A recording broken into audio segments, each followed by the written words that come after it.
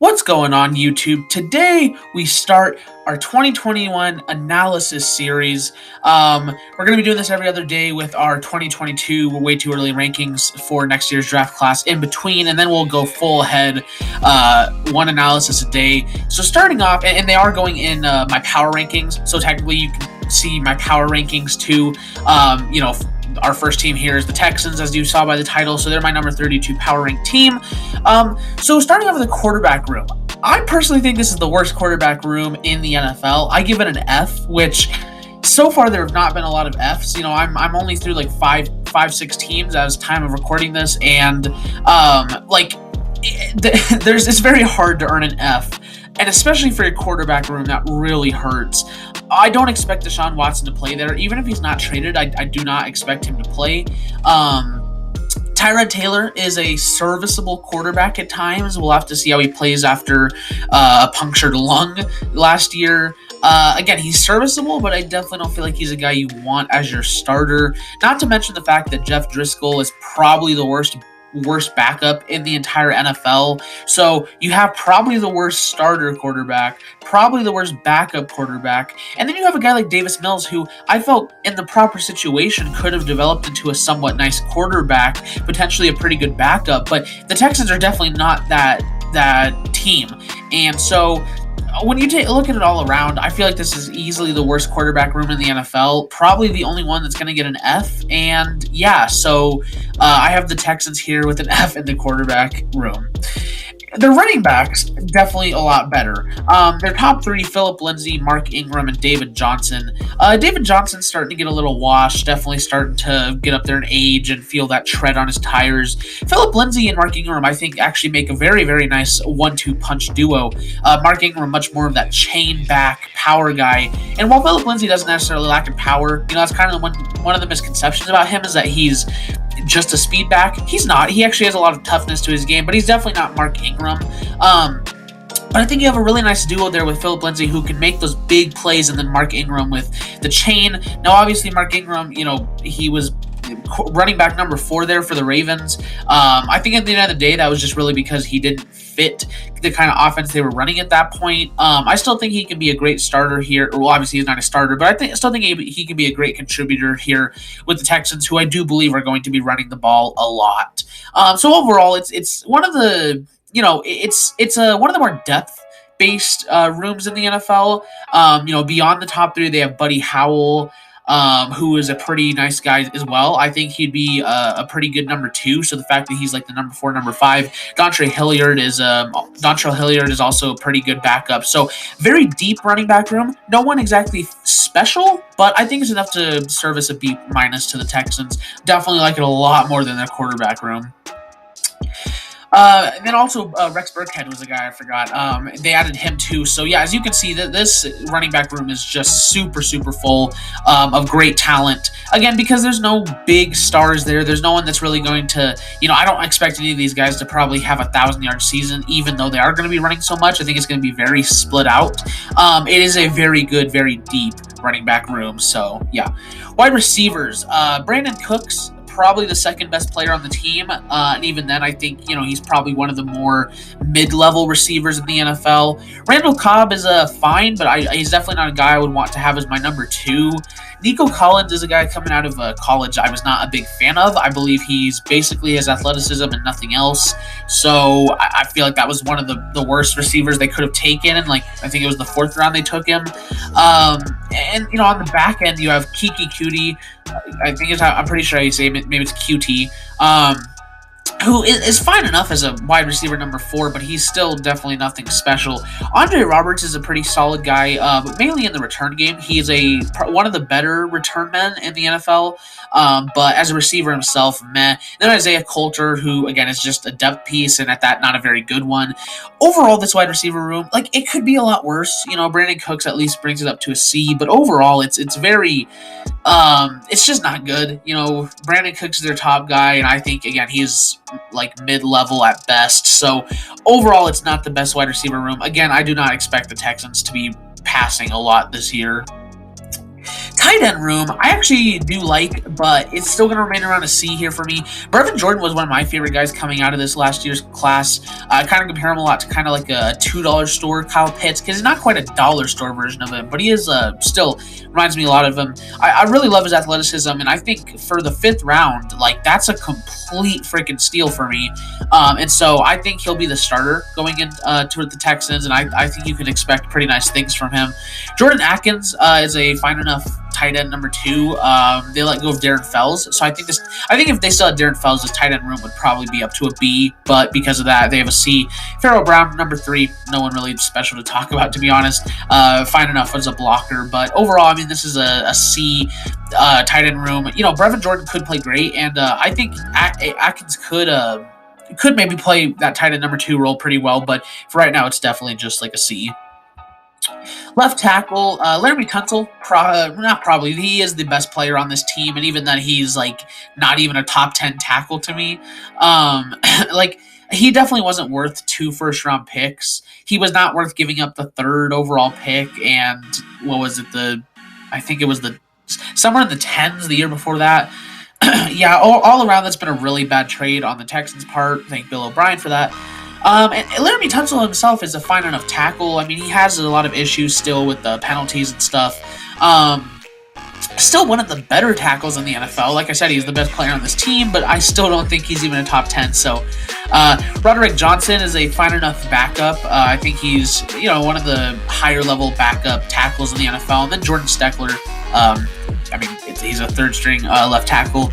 It's a B. I think it's a B. The best position group probably on this entire team, to be honest, just because, again, Roderick Johnson is a pretty nice backup, and Laramie Tunsil is the best player on the team. But, if your best position group is a B, that's not very good.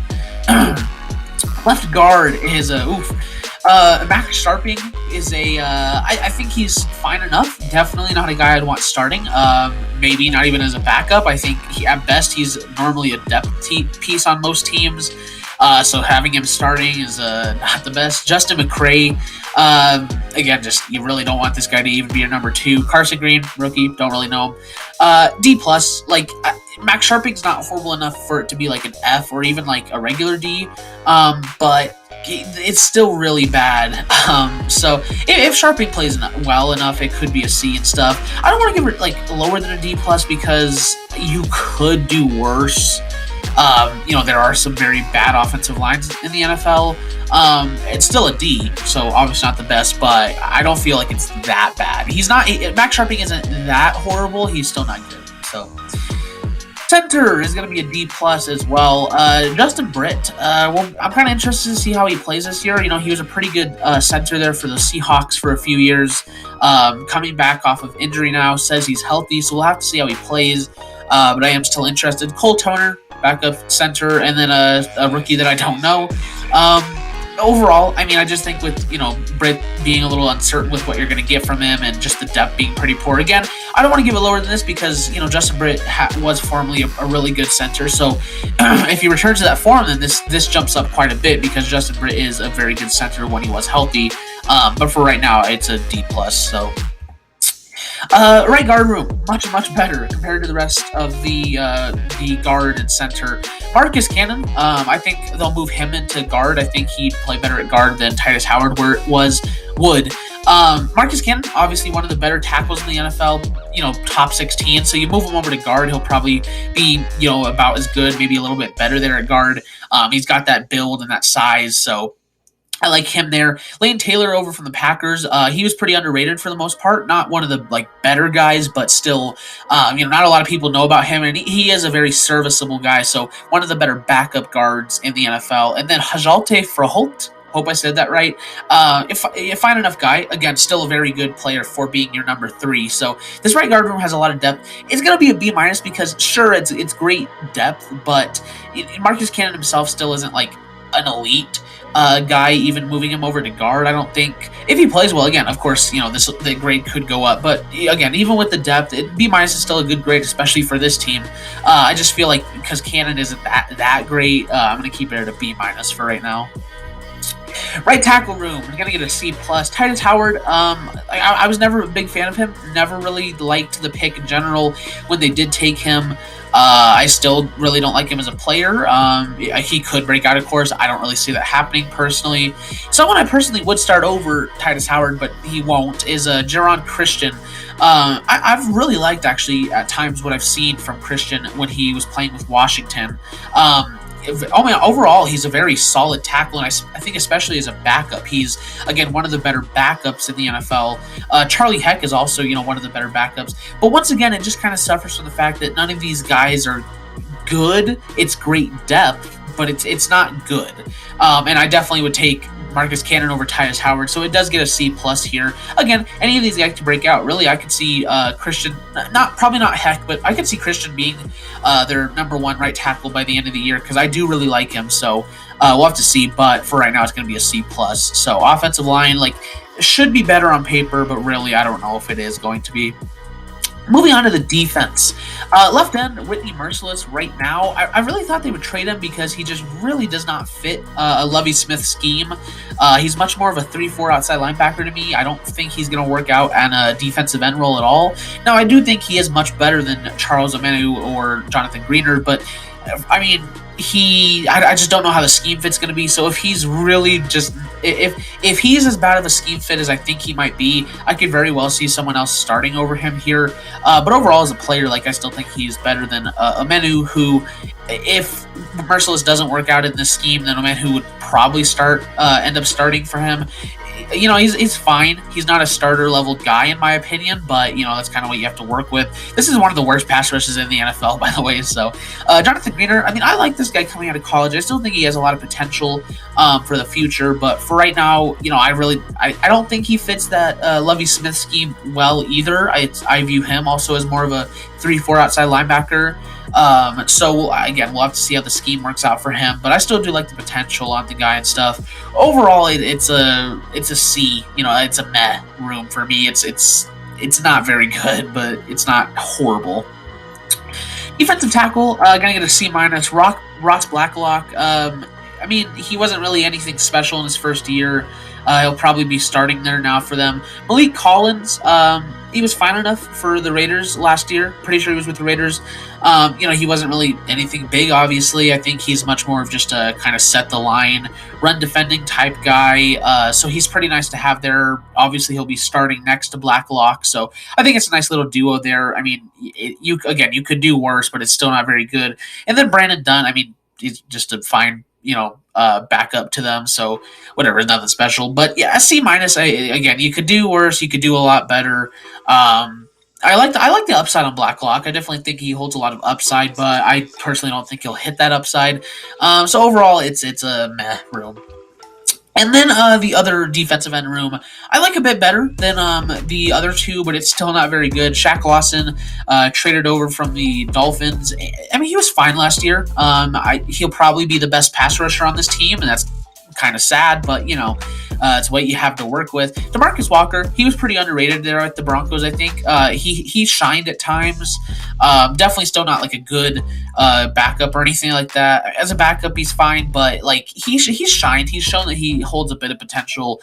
I think he fits Lovie Smith's defensive scheme pretty well, so we'll have to see how that goes. And then Jordan Jenkins, who he's been pretty up and down so far with his career. I really don't know if he fits the scheme all that well. Another guy that I view much more as a 3-4 outside linebacker. That's kind of why I don't feel like he did well with the Jets all that much. So even though they kind of ran much more of a similar scheme to what he needs, when he was in that scheme, he didn't play the best. So now that you're putting him out of scheme, I don't know how I feel about that. I think he's going to be the number 3, but like I said, it's my favorite out of the defensive line rooms, but it's still pretty bad for being your best defensive line group. So C+ here for the Texans.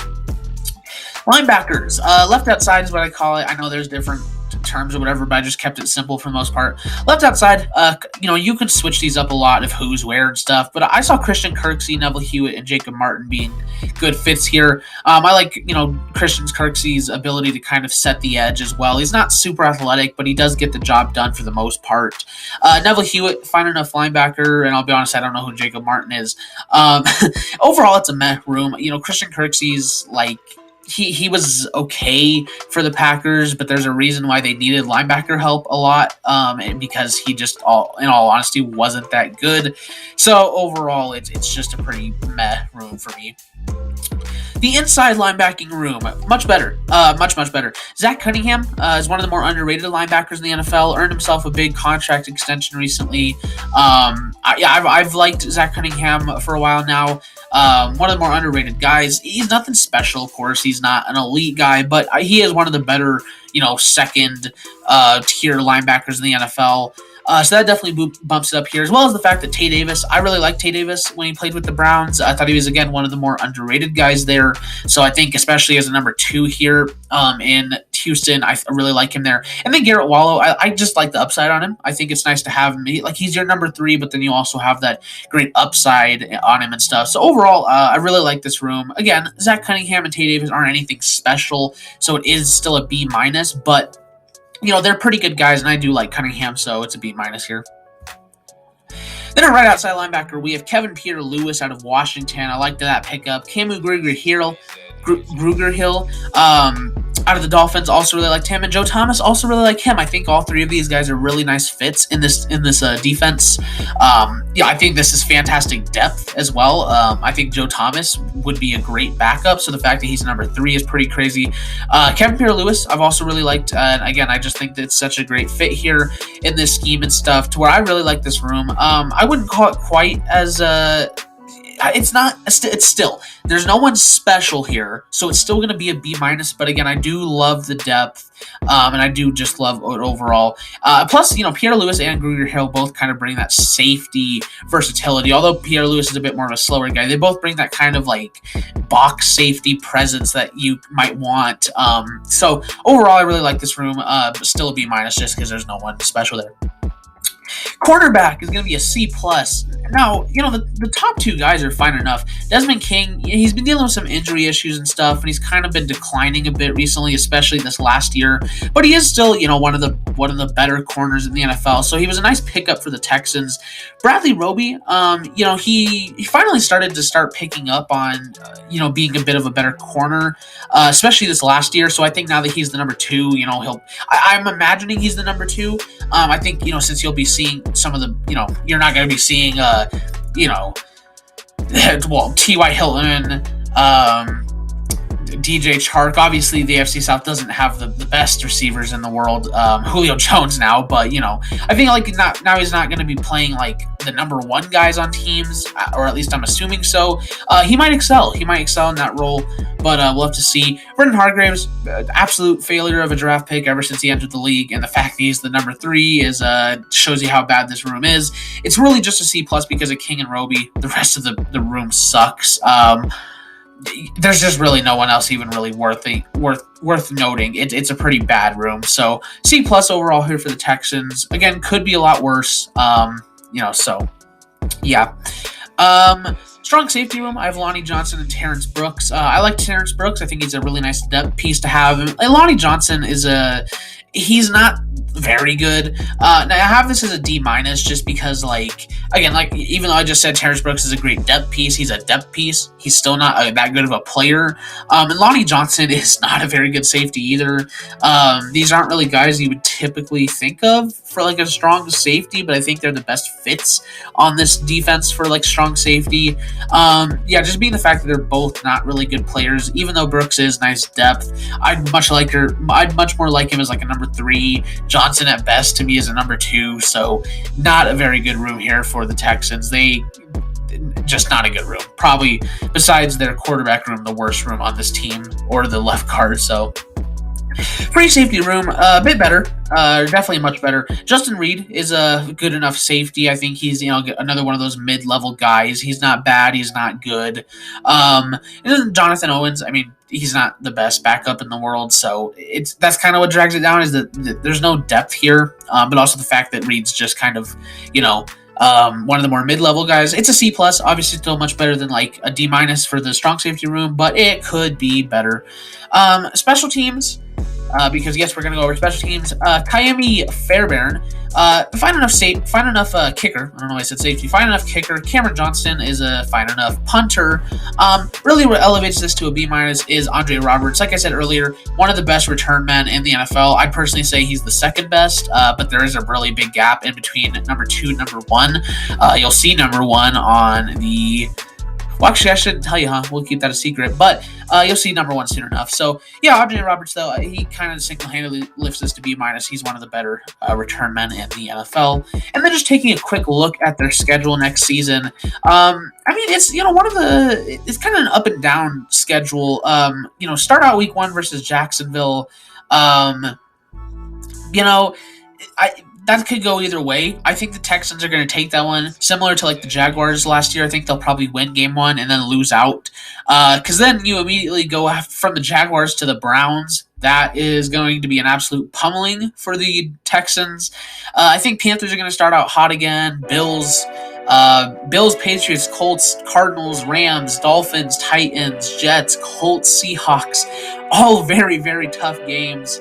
Then you have the Jaguars week 15. And then you ended out with the Chargers, Niners, and Titans. This is a very, very difficult schedule here for the Texans. So you add on the fact that they have one of the most difficult schedules in football next year, the fact that their team sucks. If we're going to talk a little bit beyond like team here, I really don't like David Coley as a coach. I think he brings no nuance, and I don't see any type of culture with him. The only form of culture I can really see with the Texans is 1-year veterans on 1-year deals. So, I really don't feel like they're going to bring a culture. I feel like the passing game is going to be absolutely horrible. The running back room is deep, but there's only so much you can do, and you don't really have any great running backs. The pass rush is going to be absolutely horrible as well, and the linebackers and the corners definitely probably the best part of the team, but there's only so much you can do when your pass rush is going to never get to the quarterback. So, to be completely honest, I would not be surprised if this team went 0-16. If they get Deshaun Watson back, I think they'll be like a 3-4-5 win team again, probably. But, without Deshaun Watson, like, your best player is Laramie Tunsil, who's not even a top 10 tackle. Like, I could very well see them going 0-16, to be honest. You'll actually get to see my record prediction for them when I do my record predictions at the end of all of our analysis videos. But that is the Texans analysis video for next year. Number 32, just to me, they easily come out as the worst team in football. So 32 just seems really right for them. But if you guys did like the video, don't forget to leave a like, subscribe, and hit the notification bell so you never miss an upload. Comment me down below, what do you think the Houston Texans record is going to be next year?